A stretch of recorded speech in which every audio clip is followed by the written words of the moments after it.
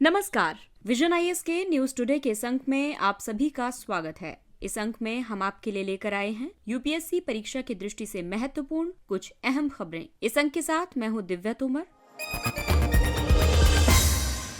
आइए सबसे पहले बात करते हैं इस अंक की हेडलाइंस के बारे में। शंघाई सहयोग संगठन ने 23वां शिखर सम्मेलन आयोजित किया। भारत और यूरोपीय संघ ने उत्पत्ति के नियम पर मतभेद के कारण मुक्त व्यापार समझौता वार्ता को टाल दिया। रोगाणु रोधी प्रतिरोध के लिए one health priority research agenda जारी किया गया। भयावह ब्लैक होल्स प्रारंभिक ब्रह्मांड में टाइम डायलेशन को व्यक्त करते हैं। हिंद महासागर के ग्रेविटी होल से पृथ्वी की उत्पत्ति के रहस्यों का पता चल सकता है। और अंतर्राष्ट्रीय परमाणु ऊर्जा एजेंसी के मुताबिक फुकुशिमा में उपचारित जल को समुद्र में छोड़ने की जापान की योजना अंतर्राष्ट्रीय सुरक्षा मानकों के अनुरूप है। और आइए अब खबरों पर विस्तार से चर्चा करते हैं। इस अंक की सबसे पहली खबर पेपर 2 के टॉपिक महत्वपूर्ण अंतर्राष्ट्रीय संगठन एससीओ से जुड़ी हुई है। एससीओ यानी कि शंघाई सहयोग संगठन, इसने अपना 23वां शिखर सम्मेलन आयोजित किया है। भारत ने वीडियो कॉन्फ्रेंसिंग के जरिए शंघाई सहयोग संगठन राष्ट्र प्रमुखों की परिषद की बैठक की अध्यक्षता की है। इस शिखर सम्मेलन में कुछ महत्वपूर्ण बातों पर ध्यान दिया गया, जैसे कि इस सम्मेलन में ईरान को नए सदस्य देश के रूप में शामिल किया गया है। एससीओ के अन्य सदस्य देश हैं चीन, भारत, कजाकिस्तान, किर्गिस्तान, पाकिस्तान, रूस, ताजिकिस्तान और उज्बेकिस्तान। आतंकवादी, अलगाववादी और चरमपंथी समूहों की गतिविधियों से निपटने तथा धार्मिक असहिष्णुता, आक्रामक राष्ट्रवाद, निर्जातीय और नस्लीय भेदभाव, जेनोफोबिया आदि के प्रसार को रोकने के लिए नई दिल्ली घोषणा पर हस्ताक्षर किए गए। नई दिल्ली घोषणा के तहत भारत ने चीन की बेल्ट एंड रोड इनिशिएटिव के समर्थन में हस्ताक्षर नहीं किए। बीआरआई का उद्देश्य चीन और शेष विश्व के बीच व्यापार मार्ग विकसित करना है। सदस्य देश 2024 को एससीओ पर्यावरण वर्ष के रूप में घोषित करने पर सहमत हुए हैं।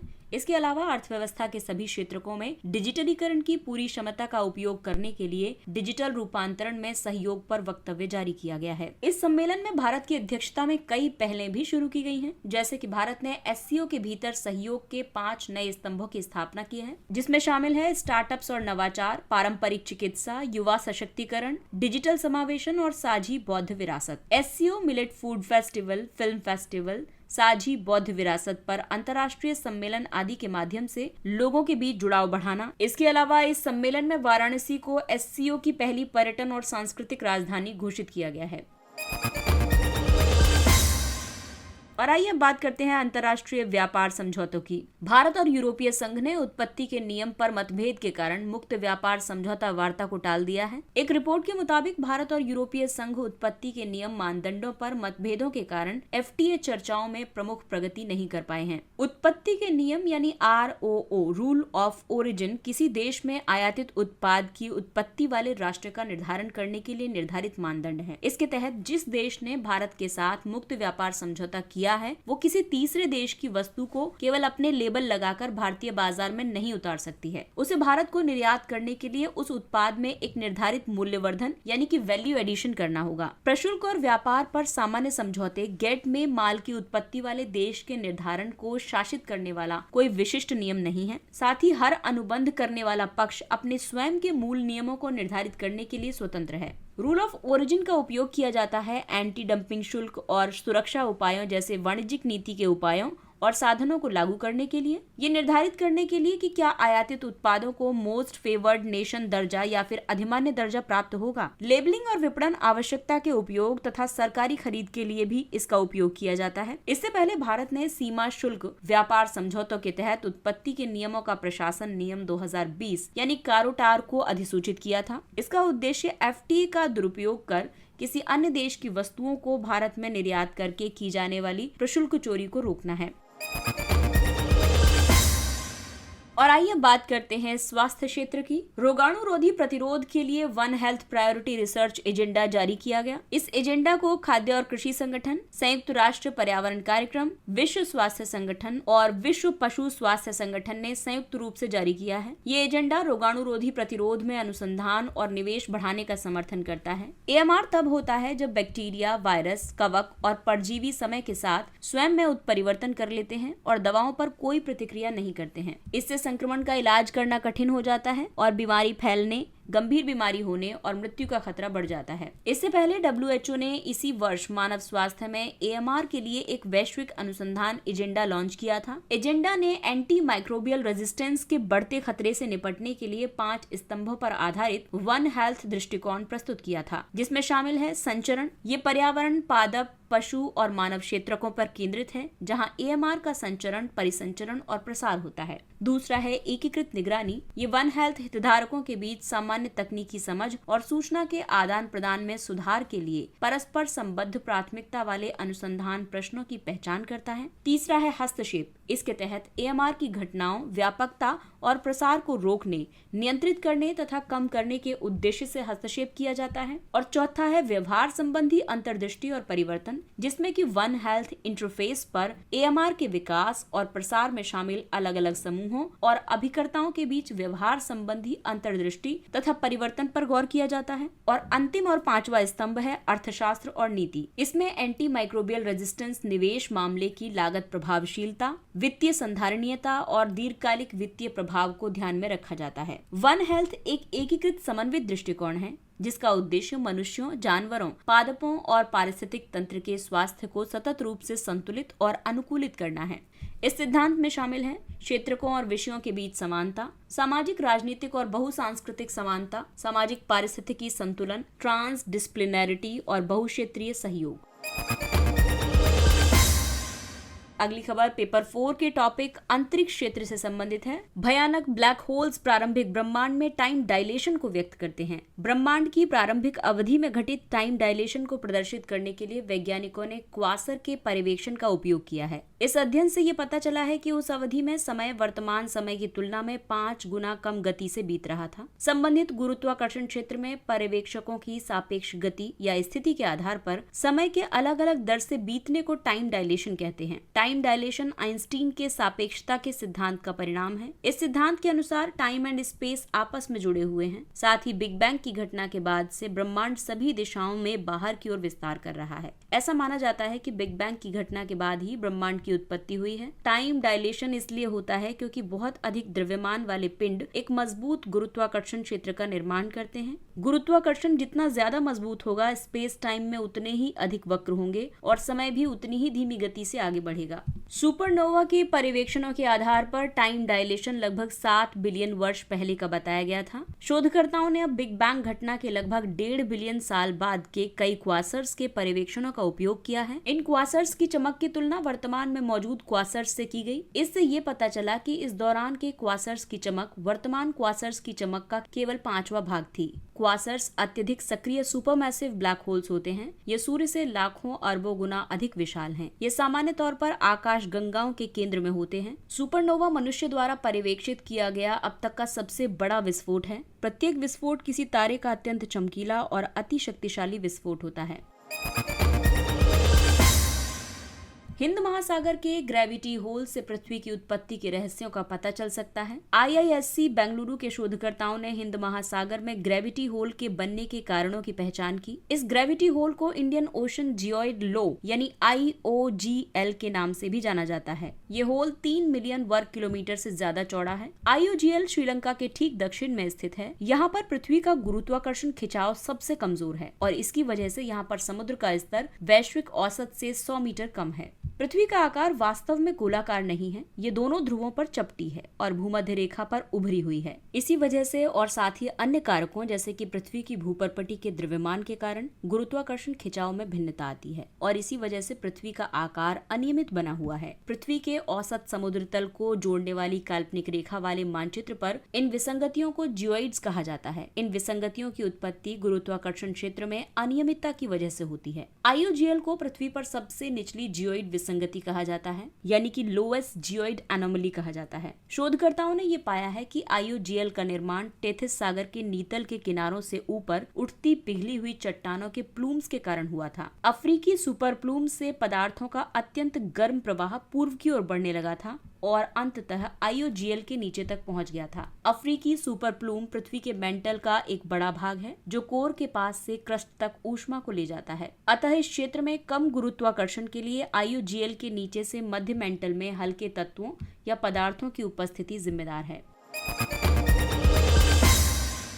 अंतर्राष्ट्रीय परमाणु ऊर्जा एजेंसी के मुताबिक फुकुशिमा में उपचारित जल को समुद्र में छोड़ने की जापान की योजना अंतर्राष्ट्रीय सुरक्षा मानकों के अनुरूप है। फुकुशिमा दाइची परमाणु ऊर्जा स्टेशन 2011 में आए भूकंप से क्षतिग्रस्त हो गया था। इससे परमाणु ऊर्जा स्टेशन की साइट पर और उसके आसपास का पानी रेडियोधर्मी सामग्री से दूषित हो गया था। FDNPS में संग्रहित दूषित जल को एडवांस्ड लिक्विड प्रोसेसिंग सिस्टम के माध्यम से उपचारित किया गया है। इसे ट्रिटियम को छोड़कर लगभग सभी तरह की रेडियोधर्मिता को हटाने के लिए उपचारित किया गया है। ALPS प्रणाली एक पंपिंग और फिल्ट्रेशन प्रणाली है।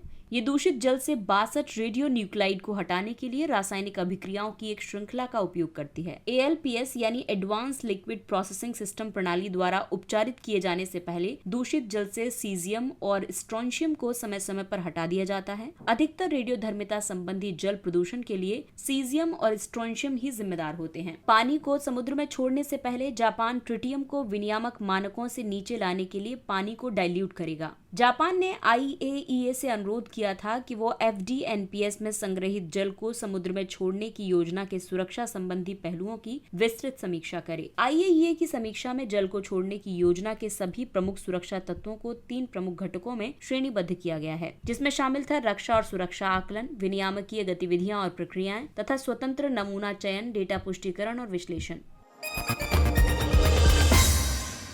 और आइए बात करते हैं कुछ संक्षिप्त खबरों के बारे में। केशम मेघचंद्र सिंह बनाम माननीय अध्यक्ष मणिपुर विधानसभा और अन्य वाद। विधायकों को अयोग्य ठहराने की कार्रवाई में जानबूझकर देरी करने के खिलाफ सुप्रीम कोर्ट में याचिका दायर की गई है। केशम मेघचंद्र सिंह 2020 मामले में सुप्रीम कोर्ट ने यह फैसला सुनाया था कि 10वीं अनुसूची, जो कि दल बदल से संबंधित है, इसके तहत सदस्यों की अयोग्यता संबंधी याचिकाओं पर सामान्यतः इनके दाखिल किए जाने की तारीख से 3 महीने की अवधि के भीतर निर्णय लिया जाना चाहिए। 10वीं अनुसूची दल बदल विरोधी कानून से संबंधित है। आपको बता दें कि 10वीं अनुसूची का उद्देश्य राजनीतिक दल बदल को रोकना है। सुप्रीम कोर्ट ने लोकसभा अध्यक्ष की राजनीतिक निष्ठाओं के कारण उसकी ओर से पक्षपातपूर्ण व्यवहार के मुद्दे पर भी गौर किया था। इसलिए 10वीं अनुसूची के तहत मामलों का निर्णय करने के लिए एक स्थायी अधिकरण के गठन का सुझाव दिया गया था। चीन की मुद्रा युआन के मुकाबले भारतीय रुपए में मजबूती। पिछले 3 महीनों में चीन की मुद्रा युआन के मुकाबले भारतीय रुपया 6% मजबूत हुआ है और इसके कई कारण हैं। दरअसल कोविड की वजह से लगे प्रतिबंधों के बाद चीन की अर्थव्यवस्था रिकवरी में संघर्ष कर रही है।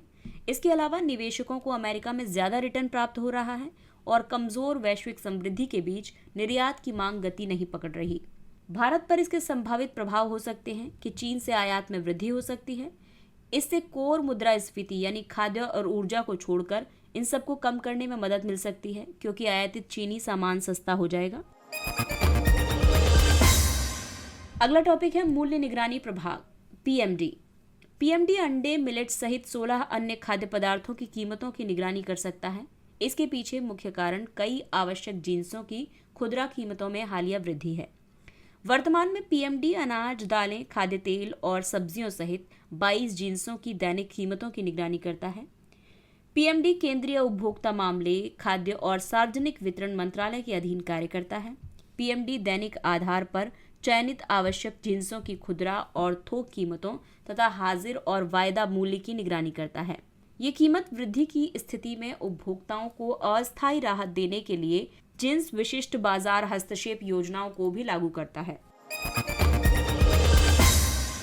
लघु वित्त बैंक। भारतीय रिजर्व बैंक ने स्मॉल फाइनेंशियल बैंक्स की स्थापना से जुड़े 3 आवेदनों को खारिज कर दिया है।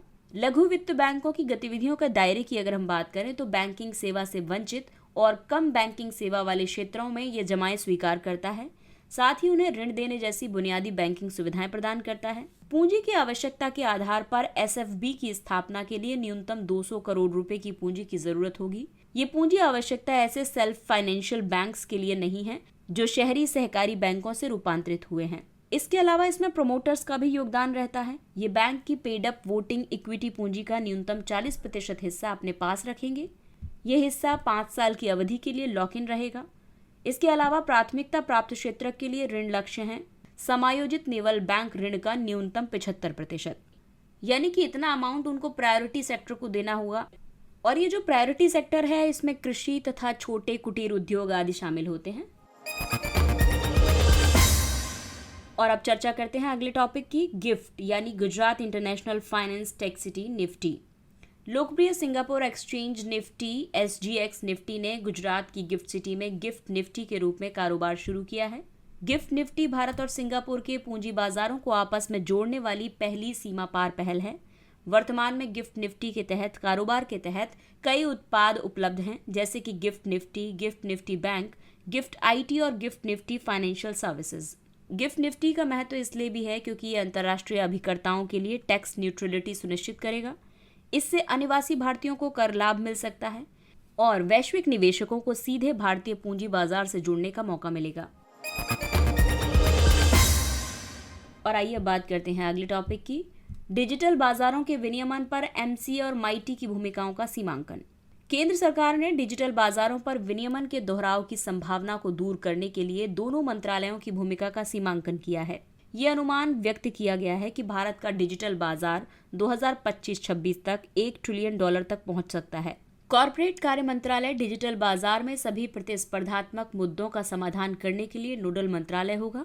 सूचना प्रौद्योगिकी मंत्रालय यानी MeitY क्षेत्रक विशेष से जुड़े मामलों को देखेगा। केंद्र सरकार भारत में डिजिटल बाजार के विविध पहलुओं को विनियमित करने के लिए डिजिटल इंडिया अधिनियम और डिजिटल प्रतिस्पर्धा कानून सहित अन्य कानून लाने की दिशा में काम कर रही है। बच्चों को हानिकारक खाद्य पदार्थों के विपणन के प्रभावों से बचाना। विश्व स्वास्थ्य संगठन WHO ने बच्चों के अस्वास्थ्यकर खाद्य पदार्थों और पेय पदार्थों के विज्ञापन पर रोक लगाने के लिए नए दिशा निर्देश जारी किए हैं। ये दिशा निर्देश 2010 में की गई WHO की सिफारिशों पर आधारित हैं। इन दिशा निर्देशों में कहा गया है कि सभी उम्र के बच्चों को उन खाद्य पदार्थों और गैर अल्कोहल पेय पदार्थों के विपणन से बचाना है जिनमें संतृप्त fatty acid, trans fatty acid, free sugar या फिर नमक की मात्रा ज्यादा होती है। High in fat, sugar and salt HFSS उत्पादों में चिप्स, कुकीज, चॉकलेट, कन्फेक्शनरी और डीप फ्राई किए गए पदार्थ शामिल हैं। देश की पोषण संबंधी स्थिति, सांस्कृतिक संदर्भ, स्थानीय रूप से उपलब्ध खाद्य पदार्थ, आहार संबंधी रीति रिवाज आदि को ध्यान में रखते हुए नीतियां बनाई जानी चाहिए। नेक्स्ट टॉपिक है जो समुदाय। मणिपुर में मेइती और कुकी जोमी जनजातियों के बीच निर्जातीय हिंसा को देखते हुए मिजोरम के जो समुदाय ने फिर से एकीकरण का आह्वान किया है। जो समुदाय में शामिल है चीनी, कुकी, मिजो निर्जातीय समूह की सभी जनजातियां। ये म्यांमार, भारत और बांग्लादेश में फैली हुई हैं।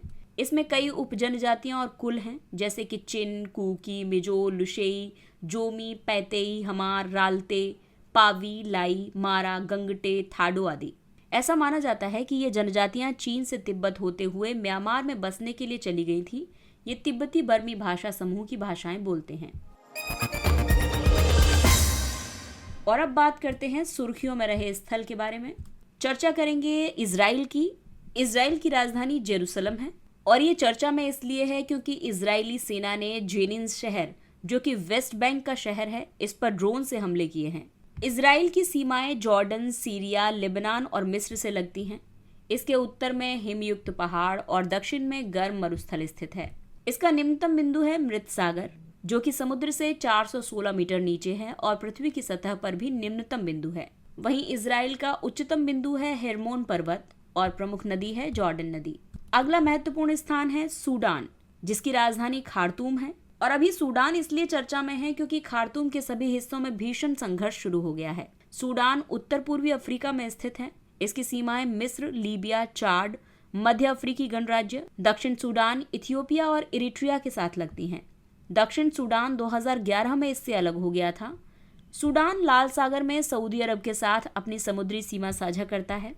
सूडान का उच्चतम बिंदु है डेरिबा काल्डेरा, जो कि जेबेल मार्रा पर्वत में है और प्रमुख नदी है नील नदी। सफेद नील और नीली नील खार्तूम में मिल जाती है और इसकी प्रमुख झीलें हैं कुंडी, अब्यद और तुर्दत अल रहद। इसके साथ ही ये अंक समाप्त होता है। अगले अंक में फिर मुलाकात होगी कुछ अन्य महत्वपूर्ण खबरों के साथ। तब तक अपने लक्ष्य के लिए तत्पर रहिए और अगर आपको हमारा कंटेंट अच्छा लगता है तो इसे लाइक, सब्सक्राइब और शेयर जरूर करें। और अब हमें यानी विजन IAS की पूरी टीम को दीजिए इजाजत। नमस्कार।